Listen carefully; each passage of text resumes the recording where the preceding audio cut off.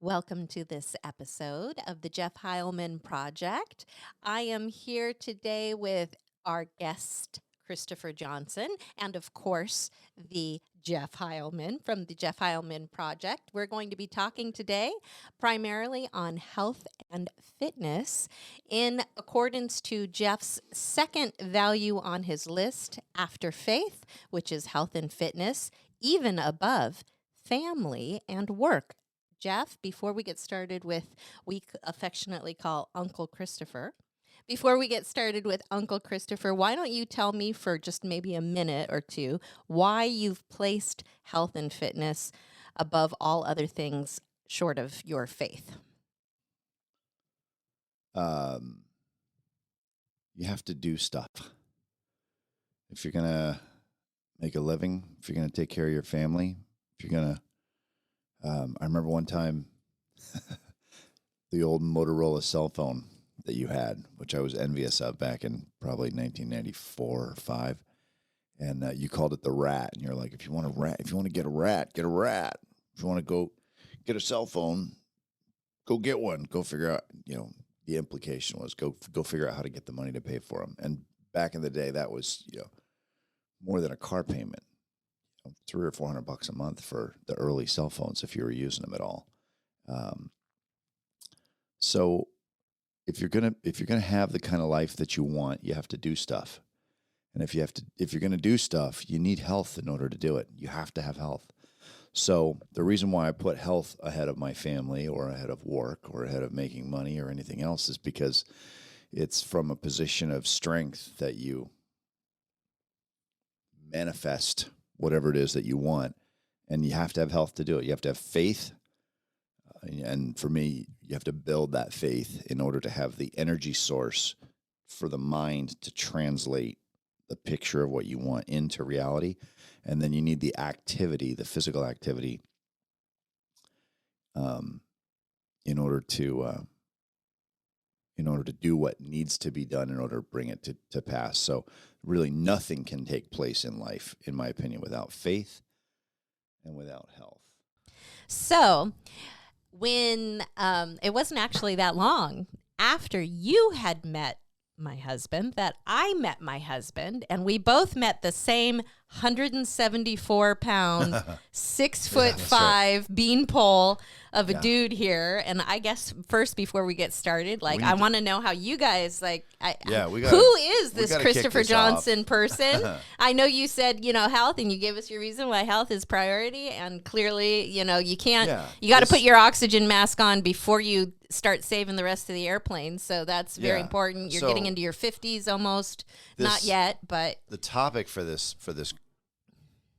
episode is health. yeah. And it's health because you need the energy in order to do whatever it is that is standing, whatever work that needs to be done that's standing between where you are right now and what you want to get accomplished. And so today's guest is a very close, very long time personal friend of mine. They say if you have 2 or 3 great friendships in your life, you're a very, very successful, very fortunate person. And I can tell you that I'm blessed to have many friendships and many family members. Some of them are in my immediate family. If you don't, the way Jessica and I have looked at it is if you don't have enough friends, you just have more kids. Just make your own family.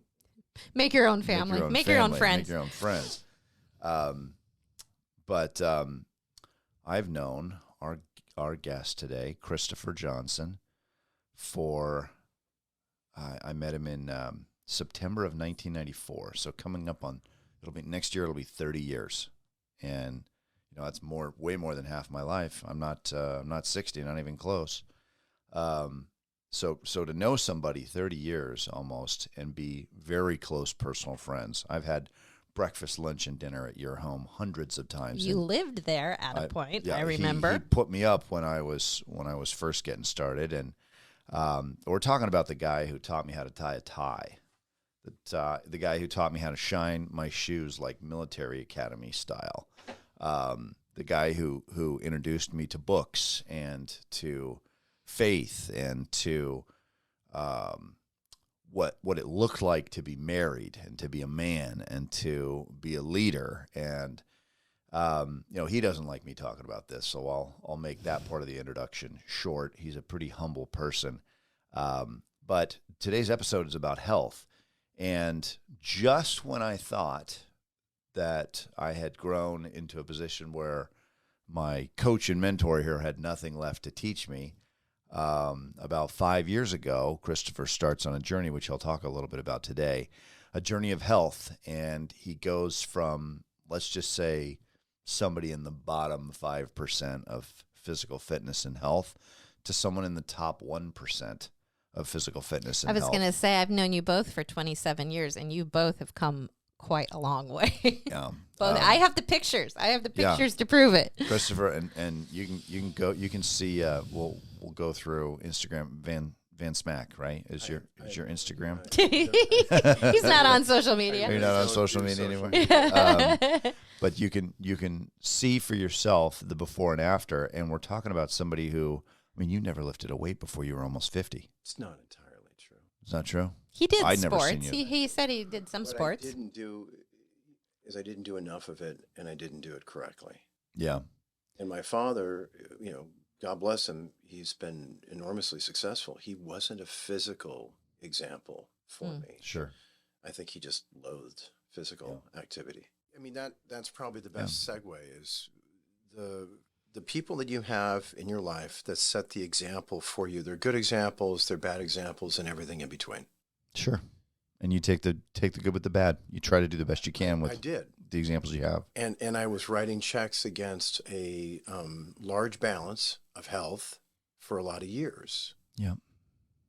What ended up happening is that my habits, my behaviors that were not healthy caught up with me.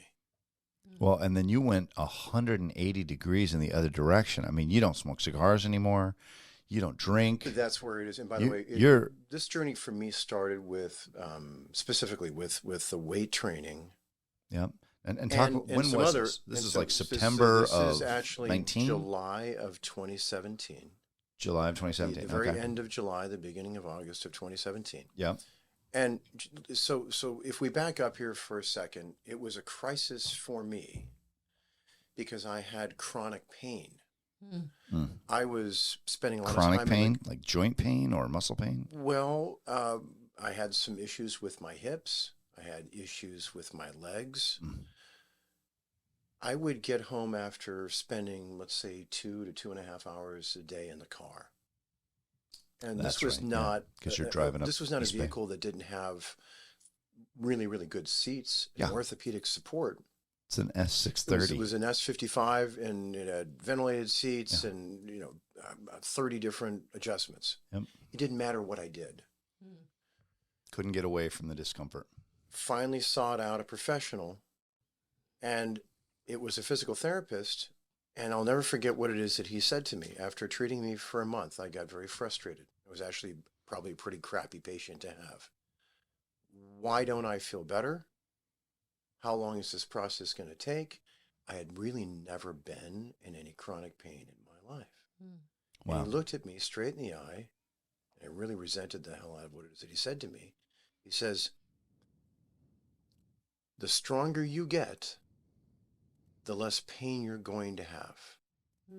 So in essence, he's telling me, you've allowed your musculature to atrophy and your body to decay through the good life that I felt that I was living, which was 5-star restaurants, Michelin stars, champagne, the best of everything. Caviar, that money the can whole buy. thing, yeah. And you had that lifestyle for a while. And I loved these indulgences, but they took a remarkable toll on me because I wasn't doing any of the things that I needed to do to maintain health in any measurable way. And again, I'm not trying to use my father as the blueprint for what not to do, but my father ended up with a diabetes diagnosis at a very young age, and this is type 2 diabetes. I don't fault anybody for type 1 because that's a disease. That's inherent. Genetics. Right. Type 2 is entirely self-inflicted. Mm-hmm. I knew that I already had rounds chambered that were going to be fired at some point in time with diabetes if I didn't manage it. And I was dealing with things like hyperglycemic kind of reactions where it is that I would find my blood sugar was going haywire. I knew that I was on the road to diabetes. Too much fat, not enough lean mass. There's going to be problems. So the average person would say, well, just take some pharmaceuticals. Let's just get some prescriptions and let's just go that route. What in you, was it a mental shift? Was it like, why did you seem to not want to go that route, the easy way? I'm sorry, not offended. Not trying to offend anybody with the easy way. What I've always tried to do is to find a much more holistic approach to solving problems. My father worked for a large corporation called GD Searle. I learned about pharmaceuticals from the time I could toddle. Okay. My father always had a trunk full of pills, called on doctors. That's what it is that he did for a living. I think with that, you have an understanding that, yes, Western medicine has all of these wonderful advantages, but there's always a cause and effect. I didn't want to be reliant on drugs or chemicals for the rest of my life. And here you're catching into that late 40s, early 50s period in time when health is not an autopilot thing anymore, right? I noticed that. It's a personal responsibility that you execute on or neglect. And your quality of life is gonna separate out pretty quickly between those that do and those that don't. Absolutely. So what I understood in principle was that if I got strong, I could stop seeing this asshole who was charging me $175 or $225, whatever it is that it was. Yeah. To treat me for something that I myself was personally responsible for. Yeah. Because I had neglected to take care of my gifts. And you had always been active. Well, you may not have been, the specimen that you are today. You were in construction. Yeah. You worked as a survey crew on the civil engineer for the Monterey Bay Aquarium.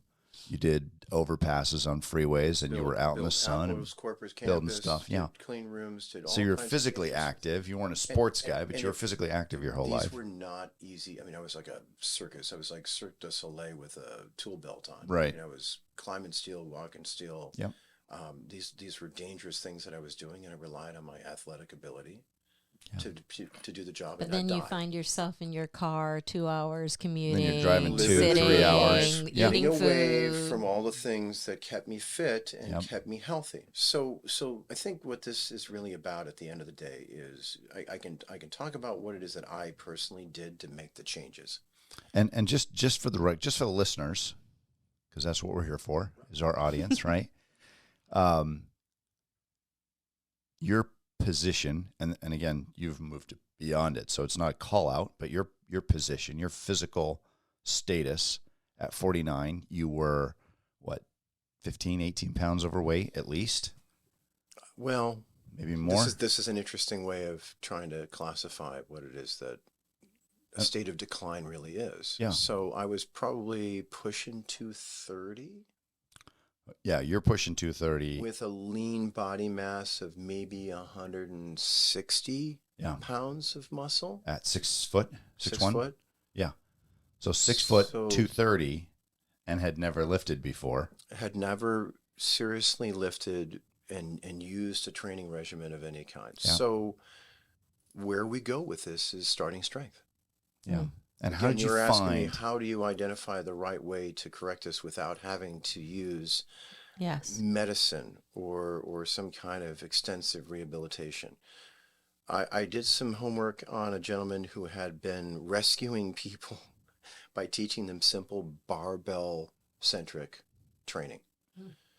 We're talking about Mark Repetto. Mark Repetto was essentially teaching people how to get out of managed care facilities by going and deadlifting and pressing and benching, squatting, complex lifts that you can do in spite of what people will say, at almost any age bearing some other physical handicap Right. or inability, some problem that prevents them from doing them. And these injuries could still be managed by creating some kind of alternate way to do the exercise. The point is that what keeps people in managed care facilities and incapable of taking care of themselves are usually simple, basic movements like getting off the toilet. Yeah, getting off the couch, getting out of bed. If you can't do that by yourself, you probably need somebody to help you. That's right. Okay, so I committed myself to starting strength. Yep. This is in August, September of 2017. That is August of 2017. And how old are you at this point? Are you 50? 49 years old. Right. Okay. Yeah, and at 49 years old, and you and I, we've known each other a long time. We always talk on the phone, but I don't think we had seen each other for a couple of years during that period. Probably. You were going through some stuff in your business. I was heads down working, Oh, traveling. yeah. No. At that point in time, like I said, my job, it was 80 to 100 hours a week. Both of us. We were just but I said buried myself, in work. I have to commit myself to doing this. Yeah.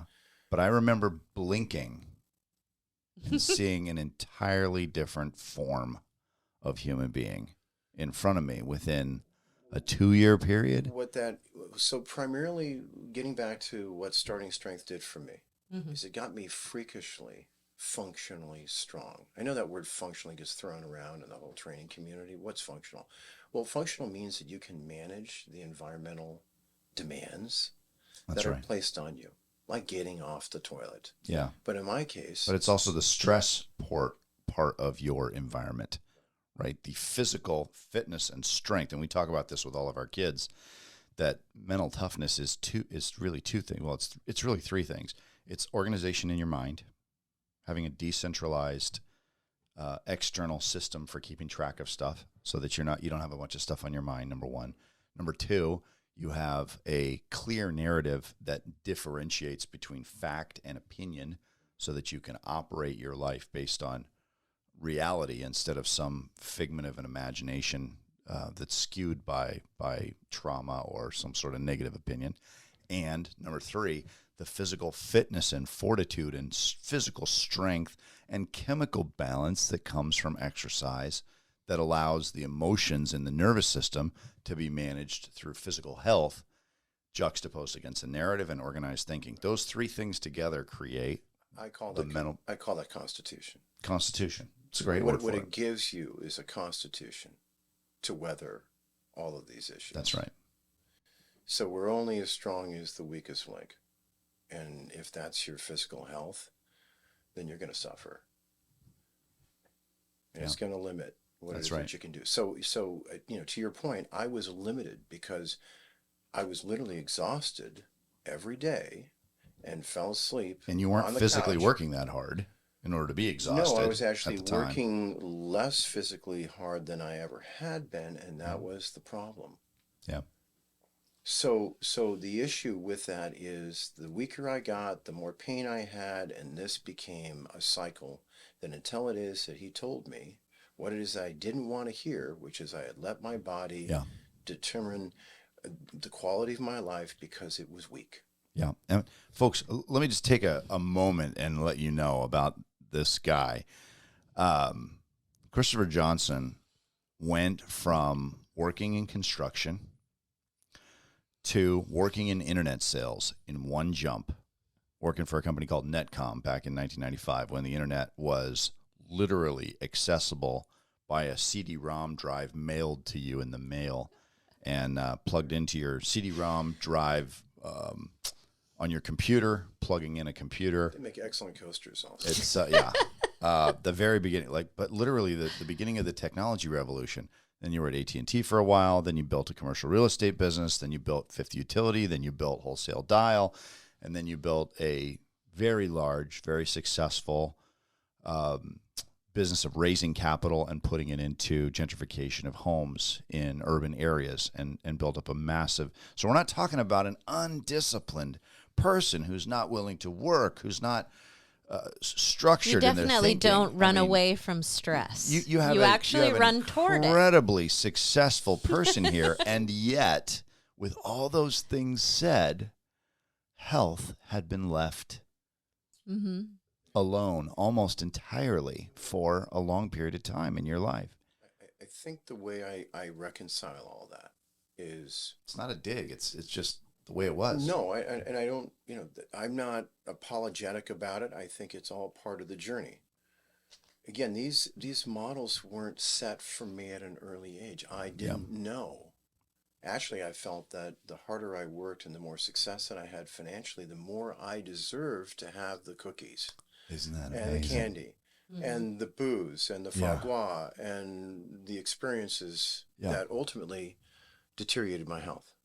Yeah. So the fallacy for many people here in America, and I think that we obviously have an epidemic with Totally agree. compromised health, and then we have an industrial healthcare system which preys upon the condition that people are in and that they find themselves exponentially. The way I look at health at a particular age, probably starting with your middle 40s, is geometric progression Geometric. of of problems and bills that come due. It's a multiplier. If you don't recognize what it is that's got you sick and you refuse to look at this particular area, it is going to snowball into something that you can't manage. I am fortunate because genetically, and maybe this discipline that you're talking about in some way allowed me to commit myself to something that was healthier and that was much more productive. And I also wanted to set the right example for my children because I realized that my father, and again, I'm not faulting him for the way that he lived. This example was set for him. You can only teach what you know. That's right. I didn't know how to teach this and model this behavior for my children until it is that I figured it out for myself. And then once I did, then that opened up a lot of opportunities. And let's talk about that for a minute. So, obviously, if people see you, even at a glance, you are the prowess and the size and the shape of your body today from all the work that you've been doing. It's noticeable for anybody. How long does that take? As long as it needs to take. I was going to say for those that are listening and they want to do something better, they want to feel better. Did you get started with the little pink weights in the back, or where's Christopher in this whole scenario? The pink weights were out of my league in the very beginning. I started with a very rudimentary approach, which was Mark Ripeto's model for me. Put me in a position where I had to find expert coaches that knew how to teach the proper form with barbell and to learn the proper exercises that were going to make me strong. There's a lot of different ways to train, but in the beginning, the compound lifts required the most neurological and muscular adaptations. And so the value for someone when they're doing these exercises is, especially if they're untrained, they will see massive results in the first 90 days, 120 days, 180 days of their training. I did, and I was 49 years of age. There is a caveat that I have to share with the audience, which is if you are a man in your 40s and you are experiencing some issues with your diet, as an example. If you are having an issue with alcohol, if you are excessively consuming sugar, if you have a high-fat diet, if you are carrying a considerable amount of weight, you may have a lower than necessary total libido, testosterone serum, yes. which certainly this factors into Yes. it. It's obviously all hormonally part of the milieu that you need to take into consideration. I had my blood checked to see whether it is that I had low testosterone when I was 49 years of age. And essentially and again, there's a lot of different people will give you different answers on what the total free testosterone, but I think mine was 150 nanograms per deciliter, which is, it's the equivalent of a 90-year-old man. So the environmental things that you're talking about, Yep. the psychological toll of all the stressors that I had with work and being accountable to my lenders and my investors, family life, everything that had piled up on me over the years had literally destroyed my ability to maintain a normal hormone milieu. Yeah. And then on top of that, coming to work every day, coming to your life to bring your force of will toward manifesting what it is you're trying to get done, Right. and not having the gas in the tank to do it.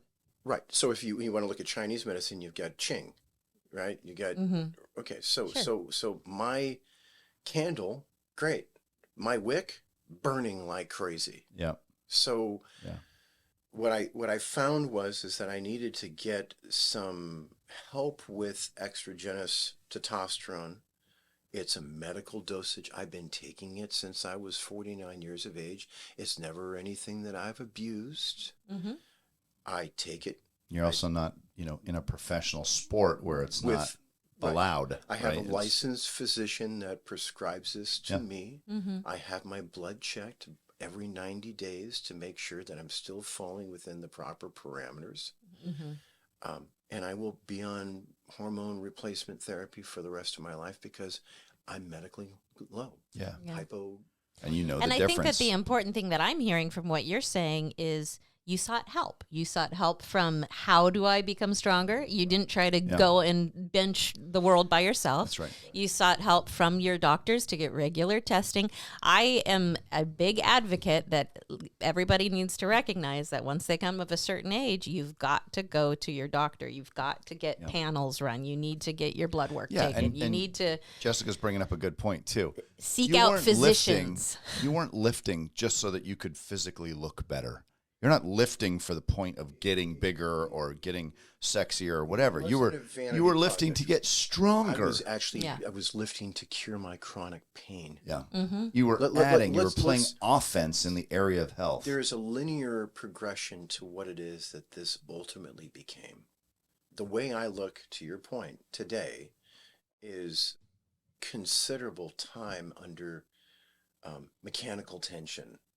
Right. I have dedicated myself to trying to find not only the most intelligent way to get strong, but to maintain that strength, because I know that is going to continue to decline over the course of my life as I'm aging. But I'm going to do everything that I can to maintain this strength so that it factors into my longevity. Yeah. And you can have a soft final approach, right, as you get older, from a really high altitude. Absolutely. And that's what you've done. I mean, I'm hoping that it's going to add to the quality of my life. And again, we were talking about my wife before the call, or before we got started. She's 11 years younger than I am. She's vital. She's vibrant. She's beautiful. She has a ton of energy, too. You want to be around. I did not want to burden her with a man who was doing a wonderful job providing for her, but either died as a wealthy man young, or went into some kind of decline where she was having to take care of me, right?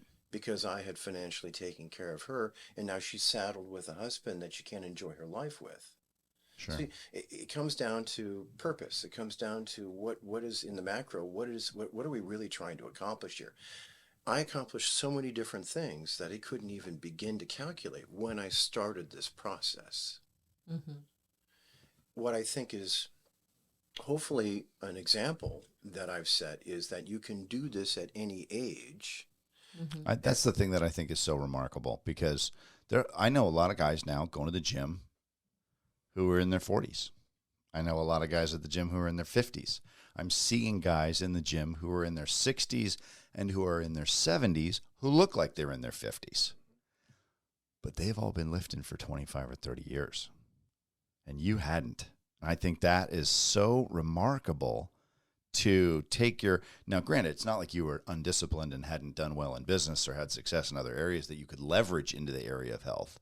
But, and there's going to be people out there who are going to say, I remember a great book that Jessica, half the books that I've read, She read to me while we were driving around with the kids in the back seat, trying to do something to get Heather out of the house. Same thing, yeah. But there's a book by a guy, and I don't know the name of the author. You would know, but his name, the name of the book is Fit to Fat to Fit, and it was about a personal trainer who had always been in shape, and he was really demanding. And one day, one of his clients just snapped, and they were like, "Have you ever been heavy ever in your life? You cannot relate You to have me. no idea. You can't relate to what I'm doing. You're on another planet." And the truth is he had never been out of shape.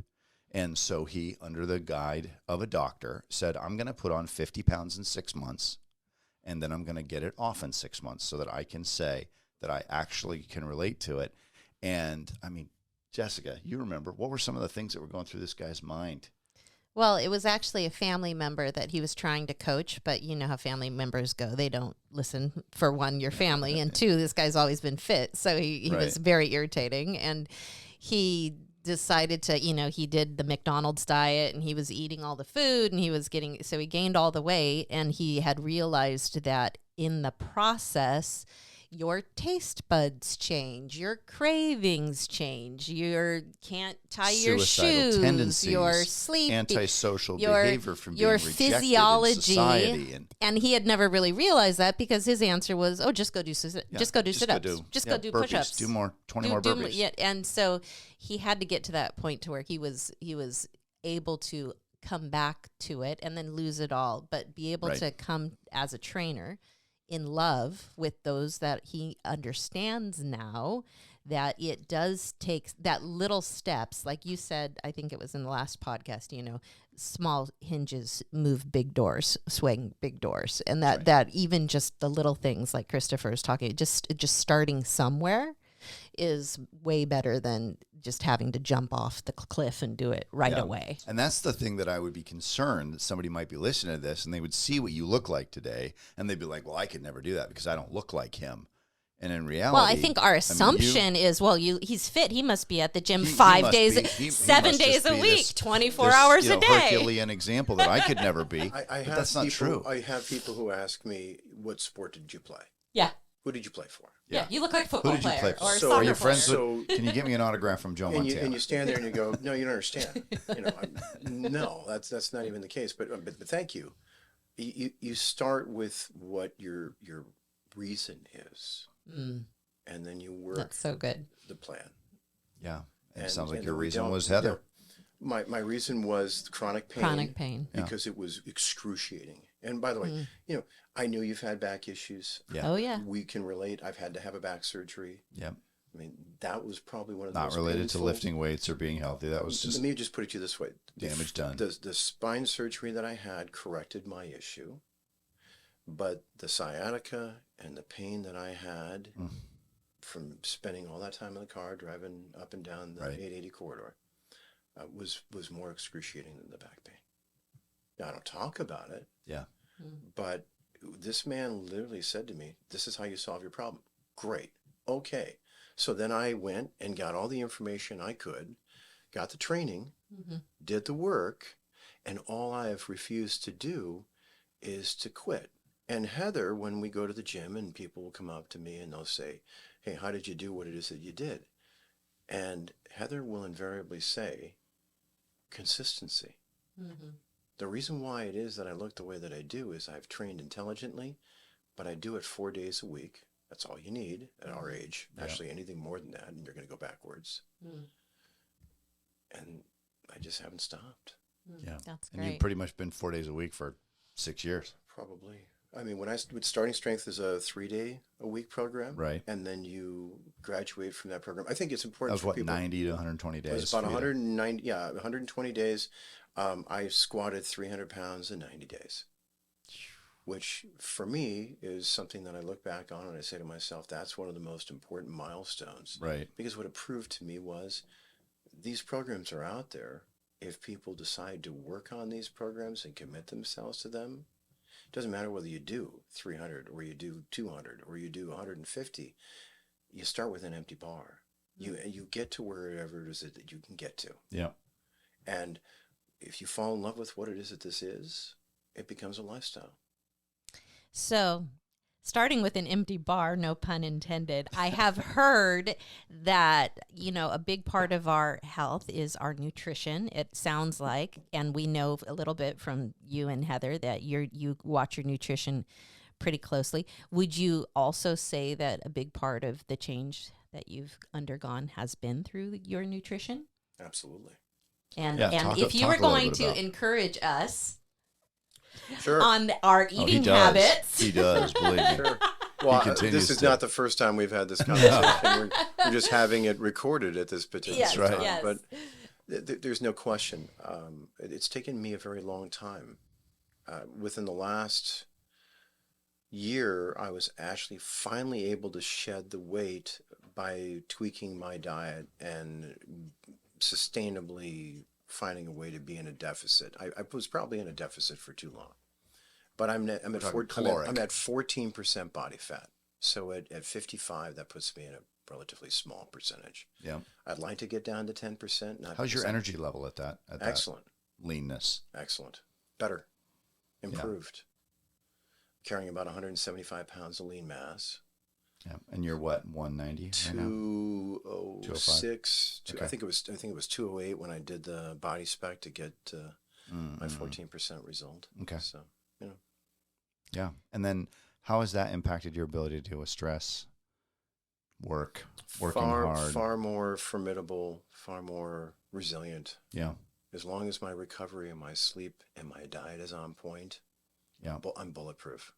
That's great. And I know that you can feel a noticeable difference if you have people joke about like cheat days and how horrible. Like I remember before I started watching my cheat day is a nutrition, I would hear healthy people spoonful talk of about yogurt. how bad they felt after their cheat days, and you're like, yeah, right.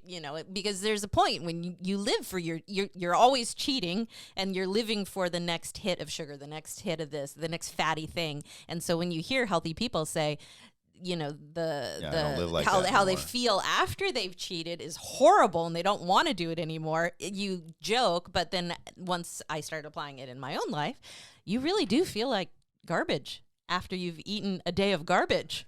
I think first of all, a cheat day is never allowed. A Okay. cheat meal Yes. is Or a cheap entree. Or A cheat there are moment. there are just cardinal rules that can't be broken. I think that a refeed is probably fine if you want to categorize it that way, because if you are on 80 grams of carbohydrates a day and 1,600 calories because you're in a cut and the rest is a little bit of fat and of course protein predominantly, you're going to be depleted, especially if you're training hard. Yeah. And a refeed is okay. What's a refeed? A refeed is essentially glycogen. You say to yourself, I'm going to allow 3, 4, 5, as many calories ultimately as, and this is really dependent upon what your body fat is, Right. but you're essentially saying to yourself, I'm going to delay gratification because I really want to enjoy these things. And I'm going to enjoy them in whatever abundance I want because I've been in a deficit with these particular macros for so long, specifically carbohydrates. Yeah. So you'll have a guy who, I'm not going to use anybody's name, but, sit down and has 2 cakes. 2 cakes. 2 cakes. And doesn't, by the way, there's some wonderful studies, and I can share these studies with you about what it takes to actually gain fat. What nobody really wants to look at is that there's no one cheat meal that you're ever going to get fat from. It literally takes a week of you at approximately 1,000 calories over maintenance. So you could sit in a hospital bed for a week. And they've done studies. Just eat regular. And one of the guys ended up gaining some weight. He gained a half a pound of fat. Wow. So 1,000 pounds or 1,000 calories over maintenance. Wow. Sedentary lifestyle and a half a pound. It is cumulative. Right. We gain fat over weeks, months, and years. I'm not talking about me, but yes, talking about me. In February, I started, I'm a mom. I work part-time. I have 7 children. So like the type of dedication that I can give to myself, I'm working on it. I'm a work in progress, putting myself as one first in my story. I started looking into Noom, the psychology behind the way we eat and why we eat. And so I began studying that and the nutrition. So I've lost 15 pounds in the last since February. So it's now April. So it's about a month and a half. Almost April. It's only 6 weeks. Yeah. And what it's been talking about, and when I went through and I took the survey and they asked all the questions, and I feel like I'm a fairly active person. I look on my, I have my health watch, and so I'm seeing that I on a daily basis, I'll do between 5,000, 6,000 steps just living life. But where I knew that I was defunct was in nutrition and having the proper understanding, because I was a big reward, a big cookie eater, the big reward. Like, I did all this hard work. I've done all this. Now I get to eat my reward. Now I get to eat my reward. Or I'm tired and I get to eat my reward. And what it really emphasizes, at least for the part that it's been educating me on, is weighing in every day. So I weigh in every day and I write it down, as fun as that is. And then, calorie, like keeping track of all my calories. So I have my log, and I log every meal, everything that I eat goes into my log, so I can see where I'm at all day long. Where am I at? And then it's really good about breaking down caloric density. Like, if you're calories per bite, like if you're gonna, for example, if you're gonna take 1 ounce of cheese, but compare that to an ounce and a half of spinach or something like that. Something that's going to be full of fiber, full of greens, make you feel fuller. You could eat your weight in calories in cheese and still be hungry, whereas you'd be eating, grapes or spinach or something that's going to make you feel full. So my brain shift from, am I eating to feel full, or am I, how many calories am I really consuming? And just tracking it all day is like, wow. And so I allow myself to go through the mental process of choosing the proper food and choosing the nutrition, which, now that I'm feeling lighter, feeling better internally, healthier, because I'm picking better food, this is now motivating me to want to get on the Peloton. Want to go out and be more active. And part of being on camera, I'm on camera during my day job, and I'm on camera now. It's like I keep seeing myself, and it's like there's no better mirror than a camera for how you. But that's not the why. The why initially was, I want to feel better. I'm getting close to 50. I'm taking care, and I've always just wanted to be whatever body shape I was designed. Like, if I'm 5'6" and I'm, medium boned, there's a weight that's supposed to go along with that. There is. And I would like to be whatever that natural God-given weight is for my body. And I know that I am over that weight. And so I'd like to get to wherever it was I was created to be. I think that it's certainly obtainable for you based on what you've already described.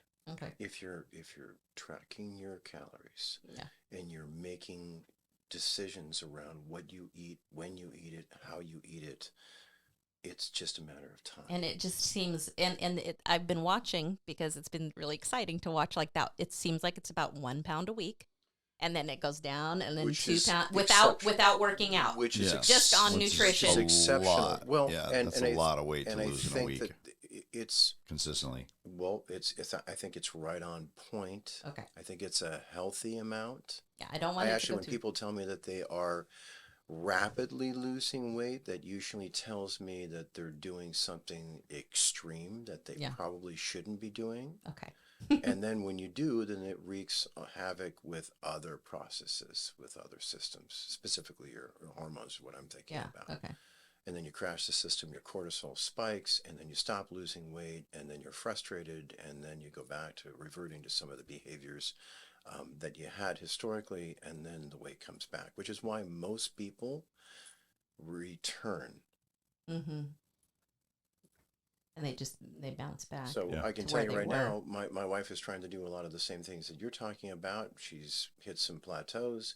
It spikes her cortisol. She's very frustrated. This is an algorithm that everybody has to figure out for them. Mm-hmm. And I think what people find is a diet that works for them, and then it becomes the lifestyle that works for them. It's no longer a diet. I think just my perception of being on a diet is one where if I don't have a specific goal in mind, I'm not going to stick with it. Okay, so my egotistical goal, my vanity goal, is we're going to Paris in November, and I there's a certain size. I want to be able to shop when I go to Paris. What's wrong with that? Okay, good. I think it's an excellent goal. I mean, and I think There's this belt that I want, Sure, and I'm not going to buy a big fat belt. Okay. I get it. Ego. And I think no, that there's, to me, it's know thyself. So if that's the way that works for you, Yeah. wow, that's fantastic. Okay. You're ahead of the game. All right. And the only reason why I say that, babe, is that we all know that we've been talking about nutrition. And I know that for a long time, you were just always looked in the mirror and you saw yourself as skinny dude, skinny dude, skinny dude, skinny dude. And then I think that now that you've come up through that, now that you're working out, you're taking Christopher's lead, you're doing the weightlifting, and I think that it's really good to see yourself. How do you see yourself now that you started working out with Christopher? You've put it on your value list to have it when be I as stand health. next to him, I see myself as small. But Are you feeling like you're coming into your own? Well, part of it is, if we go back to Christopher's story, you were talking about chronic pain. I was in chronic pain with a blown disc for 10 months. I started a brand new job in December of 2019 on my back on an ice bag. I was going to say, you wouldn't have been able to lift any weight because you couldn't even I'm lift yourself grateful off the floor. that I was able to be at home during COVID and be on my back because I couldn't walk, right? I mean, you saw me. You saw it was bad. And the muscle memory of my back, remembering what it was like to be in pain, continued far beyond the actual injury and the injury healing itself. A disc is going to get fixed in 3 or 4 weeks.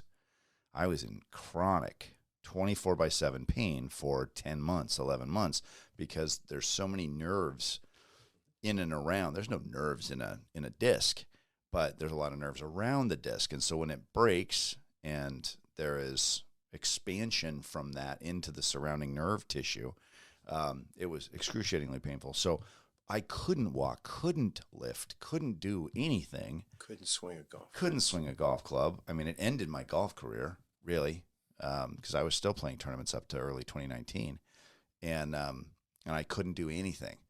And then after I got the epidural and went through all of the normal process that we're talking about, everything up until surgery, and I even remember you and me having the discussion up until that point where I was like, oh, let's try the epidural and see if that works, plus chiropractic, that was like the last plus resort occupational before therapy, surgery, plus all the other things. And for me, the epidural worked.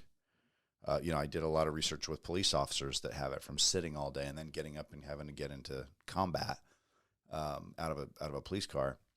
And they're like, yeah, it never works more than 6 or 8 epidural months. plus chiropractor. Epidural plus chiropractor. Yeah, 100%. By the way, I have a chiropractor here in San Jose. If anybody wants to hit me up, I'll be happy to get you his name. He does a great job. But the chiropractic plus the epidural, and then the lifting. And those three together, the epidural, the chiropractic, and the lifting, started helping me play offense. But the drive to do the lifting, part of it was seeing what you had built and just being in sheer awe of the shift in size and shape and energy level that you had built, because I hadn't seen you in a couple of years. I'd seen you off and on, but the transformation that happened in probably 18-month period of time in between you and I physically seeing each other was so remarkable. And then my newfound sense of freedom and being able to move around because my back was starting to heal. I was like, and then on top of that, I was falling asleep on the couch at 5:30, 6 o'clock at night. I've got kids that I want to spend time with and have date days with. I've got a beautiful wife younger than me that I want to grow older with and be able to take care of and not have her waiting and doting on me because I physically can't move. And so all of these motivations start to come into that mid-40s time frame, testosterone levels dropping, diet not really under control, and wanting to feel like, yeah, I want to be able to have that physical strength and prowess as a man to just be able to live my life, to be able to lift heavy things, right? I don't want a bellhop at the hotel to have to carry my luggage for me because I can't do it myself. Now, nothing wrong with getting a cart at the hotel, but I wanted to be able to lift heavy things and do things that that were physically demanding. And you and I started lifting together back. It was second week of December in 2020, I want to say. And it changed every aspect of how I see myself and live my life in a period of about 90 days. Now, I got sick. I had some water on my knee. I had COVID. There were some things that... The pandemic hit. You guys couldn't go to the gym any longer. There were some together. things that... Yeah. There were some things that slowed me down, but it's been 2 years now. I've been on for about as much time as I've been off in that 2-year period, and I've been on consistently now for 8 or 9 months. Andrew, for week 16. We're on week 16 lifting together right now. So 16 weeks with Andrew, and then I was on for about 4.5 months prior to that. And so it's been a solid 8 months that I'm lifting at least 2, usually 3 days every single week, compound lifts, and the diet. The other thing, too, as you drive your body into a physical demand position juxtaposed against recovery on your off days, you start to really push yourself in the area of recovery. And you can't eat terrible food and have that go to building muscle tissue, which is necessary if you're going to increase the loads in between workouts, right? I couldn't. In the first year that I was training, I didn't make that many dietary changes. But the second year, you totally do. I had to because I think what ended up happening is you can't progress exactly where it is that you want to progress to, and so you hit plateaus, and then you start looking at, well, what's the condition here that's prohibiting me from moving forward? And I realized that sugar, alcohol, white flour, and high-fat fried foods had been something that I enjoyed, and they were habitual. Our society, you talked about the reward system. Mm-hmm. We are very much the hit the pellet bar, Pavlovian society where I like this, it feels good. Mm-hmm. I'm not a conspiratist here. I simply look at what it is that we eat, and I look at the healthcare system, and I say, wow, yeah. this is a big business, Mm-hmm. and people have access to the information that will tell them what this is ultimately going to do for them. Mm-hmm. The question is, how much are you willing to commit yourself to learning what it is that the dangers are of a sedentary and a poor diet, Mm-hmm. poor nutrition? What is that going to mean? Mm-hmm. I don't want to get preachy here, but I think for me, the chronic pain rang my bell and forced me to deal with an issue that otherwise, and again, this is the silver lining, Mm-hmm. sunny side of the street orientation is, thank God I had chronic pain, so I had to make changes. I totally agree. So you thank want God to I look had at a back issue, right? so that I could come out of that and say, hey, the rest of my life I'm going to lift, right? And I'm not going back. I mean, that click over into the other side of saying, I have a new standard in my life, and that standard demands a minimum of excellence in health from lifting and doing complex lifts. That was it for me. That's it. So I have a question. I know that we've been going for a nice long time. Okay. Christopher, in 1960, Dr. Maxwell Maltz wrote Psychocybernetics, and he was quoted, and he was the forerunner of saying it takes 21 days to form a new habit. If you could encourage someone as a health and fitness advocate to give up one unhealthy vice for 21 days, what would be that one thing that you would encourage them to give up? Alcohol. Okay. Why alcohol? Tell us more. I'm not Andrew Huberman, so I can't run all of the. This is the second time we've mentioned Andrew Huberman on this podcast. Well, I mean, there's catastrophic effects. And when I listen to his podcast, which I recommend anybody who wants to become more informed on what the dangers of alcohol really is. Yeah. Mm-hmm. I'm predisposed genetically as an Irish and German person to have a very specific reaction to alcohol. So I love alcohol. Mm-hmm. I love alcohol to an extent that caused me to drink very regularly for a lot of years, 40 some odd years. I think interesting culturally for people of my ancestry and in this society, we glamorize, we romanticize Sure. alcohol. Sure. The more expensive the alcohol I drink, the more important I am. Well, that's really It's not a party. It's not a party ridiculous. if you don't have your cocktails. Why am I saying, well, another bottle of Cristal for the table and I feel better about myself? Poison is poison. And what I learned from Andrew Huberman was that alcohol has an ability to essentially pass through all barriers at a cellular level. So there are no cells that are untouched and bathed by alcohol when you drink. That euphoria, that enjoyment that you are experiencing is the effects of poisoning all of your every cells. single Wow. piece of tissue in your body. Simultaneously. And it takes a very short period of time, minutes, to saturate your entire body. Wow. Now, all that sounds like enough reason for people to say, okay, yeah, but what does that mean? Well, what it means is that you are impairing your body's ability for all of the normal processes.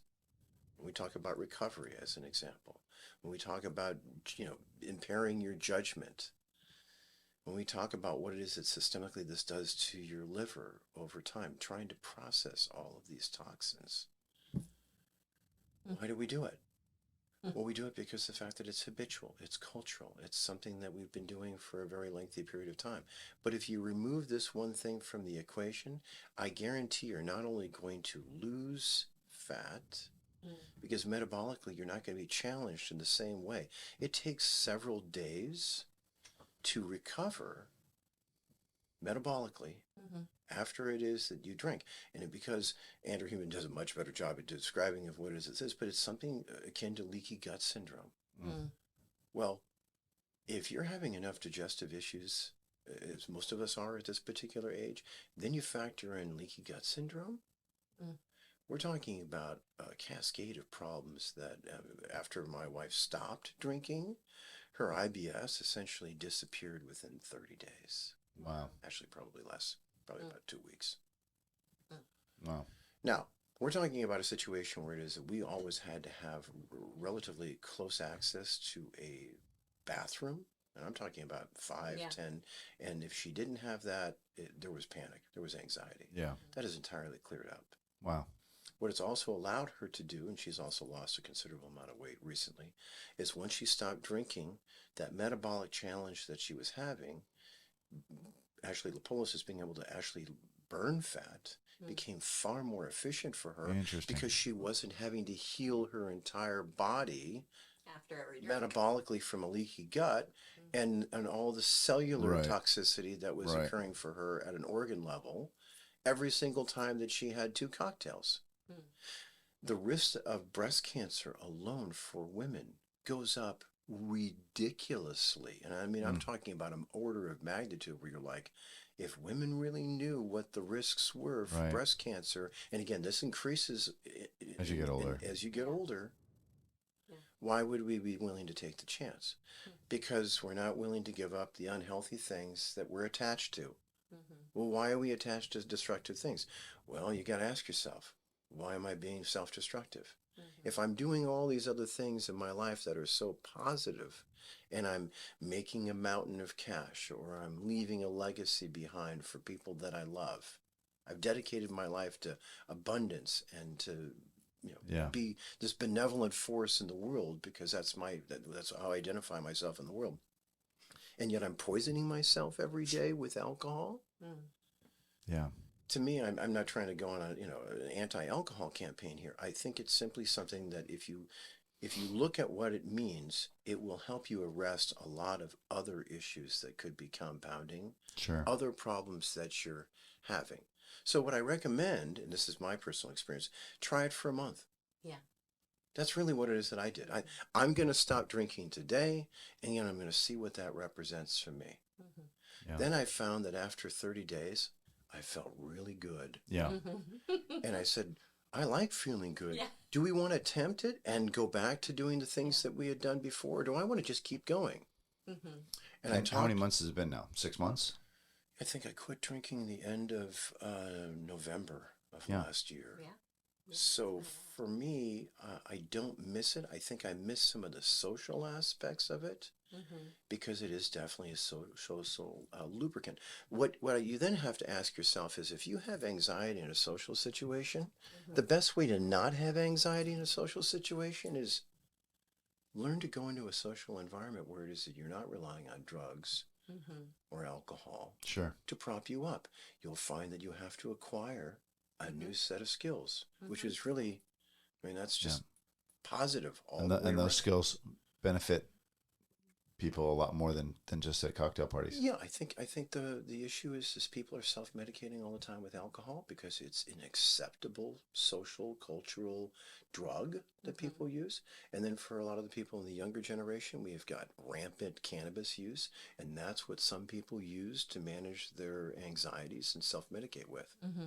I'm not here to talk about whether it is, marijuana is a good drug or it's not a good drug. These are all individual choices. But I certainly have talked to plenty of people who have a hard time controlling their impulses around eating And again, when Yeah. they're We're not- smoking dope. Yeah. Yeah, we're not. those tend to be connected in close proximity. And again, we're not here to beat up on what we shouldn't be doing. What we are here to talk We're about talking about health. what does health look like? Yeah. What does health How look do we like? get it? If we want more of it, where does it come from? And what does lifting have to do with it? What does cutting sugar have to do with it? What does cutting alcohol have to do with it? And are we telling people that they're not supposed to have fun or have a good time? Not at all. However, the whole design of putting something down in a digital format to record it is to show our kids and to show our friends and to put in front of this audience the very best, the highest standards, the best possible examples of fortitude, mental toughness, physical fitness, physical prowess, enjoyment of life. This is week 2 of your 9 daily disciplines. My question to you, Jeff, is what is on your checklist in regards to health on a daily basis? Do you have like walk a certain amount of steps? Do you have just be mindful of my next gym date? I'll tell you what's on. I'll tell you what's on for health. On the checklist, on the daily checklist for health, right after faith, is lift, walk, stretch. Right? Did I do some kind of lift today? Did I go for a walk today? And did I stretch today? Right? That's from a physical fitness perspective. And then I have another one that says health system check: bowels, gut, teeth, and best food. And that simply means I learned this from meditation for professional athletics years ago. I'm looking for a green light in my mind. I'm imagining a green light in my mind. Is my health in proper form?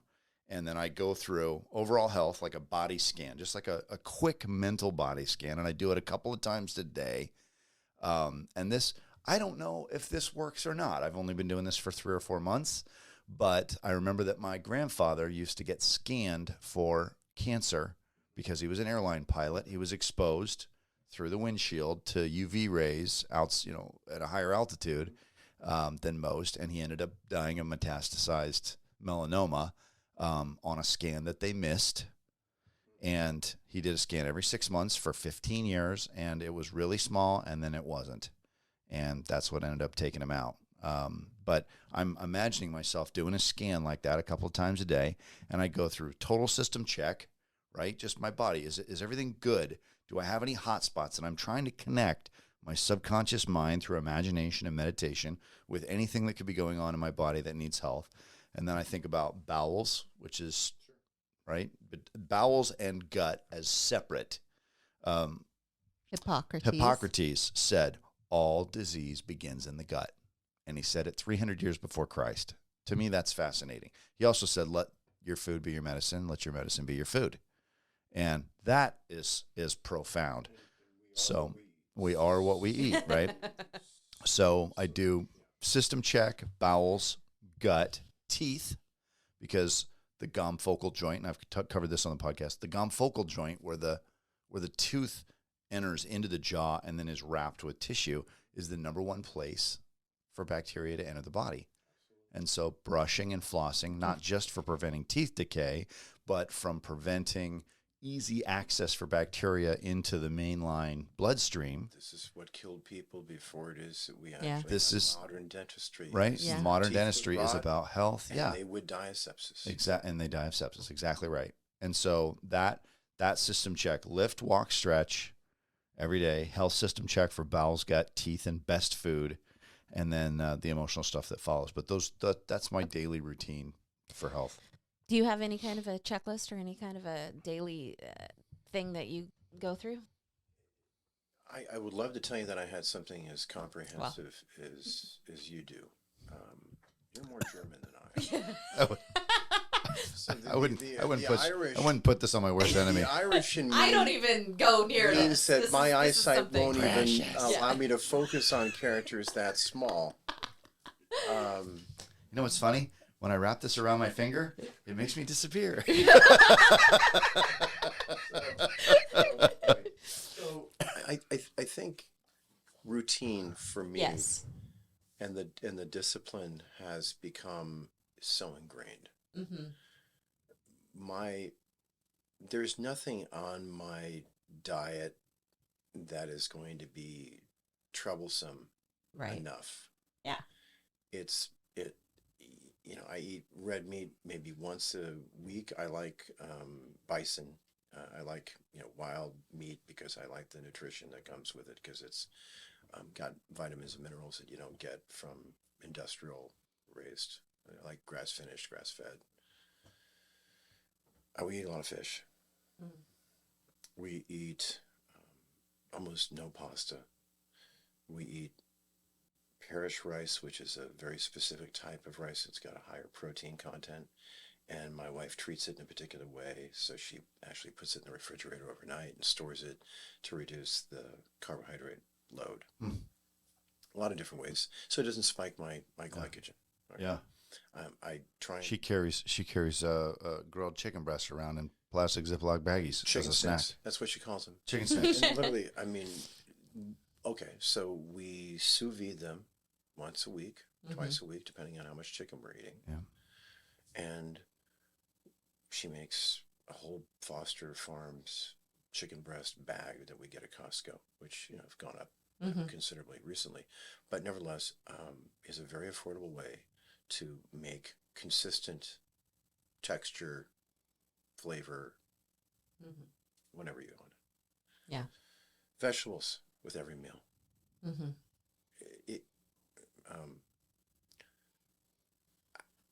I prefer to try and stay anabolic. There's some conjecture amongst the longevity folks. Let's talk about anabolic. What do you mean by anabolic? Protein synthesis. So if you're a bodybuilder and you're trying to grow hypertrophy, then you need to probably maintain a certain amount of protein so that you're able to use all those essential amino acids all the time. Yeah. You got to have the building blocks to build. You have to have the protein. So I'm eating my body weight in excess and probably overdoing it. I'm probably taking in 225 to 235 Grams of protein a day. Yeah. That's difficult to do, but it's mostly lean protein. So again, it's chicken and it's fish. I eat a lot of yogurt. Yeah. But I use like Oikos, which is the 000. So it's 15 grams of protein, no artificial flavors, no artificial colors. And you have the acidophilus in there for no sugar, but for all gut the health bacteria. too. Yeah. So that gut health that you're talking about, I mean, pooping nirvana, everything is moving along thanks to the vegetables and all that stuff. Yeah. This is entirely new. I spent the majority of my adult life prior to starting these changes chronically dehydrated and entirely irregular. Yeah. Not healthy. Yeah. Talk about fouling the system by reabsorbing all of these Right. unhealthy bacteria. Well, That's I right. think that we could talk all day, all night. We'll have We to have do. we'll have to have We always Uncle do. I Christopher love this on guy. again Yeah, for some we'll do more. another one. But any final thoughts, Mr. Heilman, as we No, I would we just close say- out tonight? I would just say a true winner, a true champion is somebody who is constantly growing and changing and improving themselves, and somebody that you can learn from. And I have had a lot of friends lost along the way who maybe weren't growing or achieving, or maybe they felt uncomfortable by what Jeff and Jessica were doing together as a team, and just we're going in a different direction. But you and I have always been able to pick right back up where we left off if we didn't talk for 6 months or a year, which is, it hasn't really been that many 6 month or a year periods where we haven't talked. But we've always been able to pick up where we left off because you and I are both growth oriented people. And I have learned a tremendous, tremendous amount from you from the time I was 19 years old until today. And I was amazed at 45 to once again put myself under your tutelage of health. And it has had a tremendous, transformative impact on not only my life, but my kids' life, my wife's life, the people that we're able to be in touch with through this podcast because we have the energy to do it now, and the organization and focus and structure that comes from having energy all the time. It's, I wasn't expecting in my mid-40s to yet again return to studying under you in a discipline, and yet you have continued to pull that rubber band for yourself, and I've been grateful to be on the other end of it, getting pulled with you. So thank you for being here Any with us final today. final words? I hope I'm not blushing. You Thank you. It's very much. sunburn. You're very, very kind. I think that what I would tell anybody who's embarking on a health change in their life is to be patient. I heard an example. I mentioned Paul Carter earlier, and he likens the process of losing weight as an example, but I think it's an excellent analogy. You walk 10 miles into the forest. When you want to get out of the forest, you're going to walk 10 miles out. Right. This is a process. And everyone in our society seems to be so anxious to get the prize with a minimal amount of effort. We're always looking for the hack. We're always looking for there isn't. What you see The hack is to walk the 10 miles. And by the way, if you don't embrace the fact that that's the fun and that's the enjoyment, it's the same thing with life. Yeah. This is simply another area, whether it be your faith and the lessons that are taught to you. Look at the Bible and classic stories that have their roots in even things like clinical psychology. Here's another example of a lesson that you need to learn, and you can apply it in many, many different ways. This will change your life if you commit yourself to it, just like committing yourself to your faith, just like committing yourself to any other worthy discipline. The dividends are, though, that this gives life. Yeah. This adds, if you do it correctly and in a healthy way. Not just adding more years to your life, but adding more life to your years. And isn't that it? Don't you want to live the fullest life that you possibly can? Yeah, 100%. If I'm spending the last 10 years of my life in a hospital bed, that's not life to me. Right. Right. That's right. Or even the last 20 years of your life. So commit yourself to falling whatever asleep, it is that you can. tired at the end of the day without having accomplished everything you could I've done that. I've already done that. Yeah. We know how that ends. I did, and that person died. Yeah. That person doesn't exist anymore. That's right. Well, thanks for being with us, everybody. And here's to good life all Good the way life, around. Here's to good health. success, good Here's health. to health. Thanks for being with us, Christopher. Yeah, thank you. My pleasure. Okay. Thanks for having me. Bye, everybody. We'll see you ya. next week.